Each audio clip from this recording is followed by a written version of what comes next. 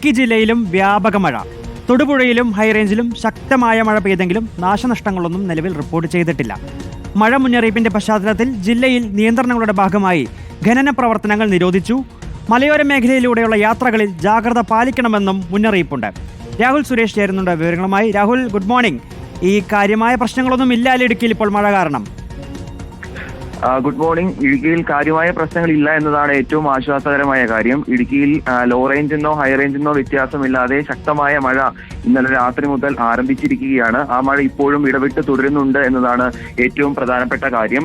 ഈ മഴ മുന്നറിയിപ്പിന്റെ പശ്ചാത്തലത്തിലാണ് ജില്ലയിൽ നിയന്ത്രണങ്ങൾ ഏർപ്പെടുത്തിയിട്ടുള്ളത്. അതിൽ ഖനന പ്രവർത്തനങ്ങൾ നിരോധിച്ചിട്ടുണ്ട് എന്നതാണ് ഏറ്റവും പ്രധാനപ്പെട്ട കാര്യം. അതുകൂടാതെ മലയോര മേഖലയിലൂടെയുള്ള യാത്രകൾക്ക് ജാഗ്രത പാലിക്കണമെന്നാണ് ജില്ലാ ഭരണകൂടം ഇപ്പോൾ അറിയിച്ചിട്ടുള്ളത്. ജലാശയങ്ങളിലെ ബോട്ടിംഗ്, കയാക്കിംഗ്, റാഫ്റ്റിംഗ്, കുട്ടർ സവാരി ഉൾപ്പെടെയുള്ള ജലവിനോദങ്ങൾ താൽക്കാലികമായി നിരോധിച്ചിരിക്കുകയാണ്. 27 വരെയാണ് നിലവിൽ നിരോധനം ഏർപ്പെടുത്തിയിട്ടുള്ളത്. ആ സാഹചര്യത്തിൽ മഴ തുടരുകയാണെങ്കിൽ വീണ്ടും നിരോധനം തുടരുമെന്ന കാര്യം കൂടി ജില്ലാ ഭരണകൂടം ഇപ്പോൾ അറിയിക്കുന്നുണ്ട്. അതുകൂടാതെ മണ്ണിടിച്ചിൽ, ഉരുൾപൊട്ടൽ സാധ്യതയുള്ള മേഖലകളിൽ ട്രക്കിംഗും നിരോധിച്ചിട്ടുണ്ട്. എന്താണെങ്കിലും ജനങ്ങൾ ജാഗ്രത പാലിക്കണമെന്ന കാര്യമാണ് ജില്ലാ ഭരണകൂടം ഇതിനോടകം. ഏതെങ്കിലും വിനോദസഞ്ചാര മേഖലകൾ അടയ്ക്കുകയോ മറ്റോ ചെയ്തിട്ടുണ്ടോ?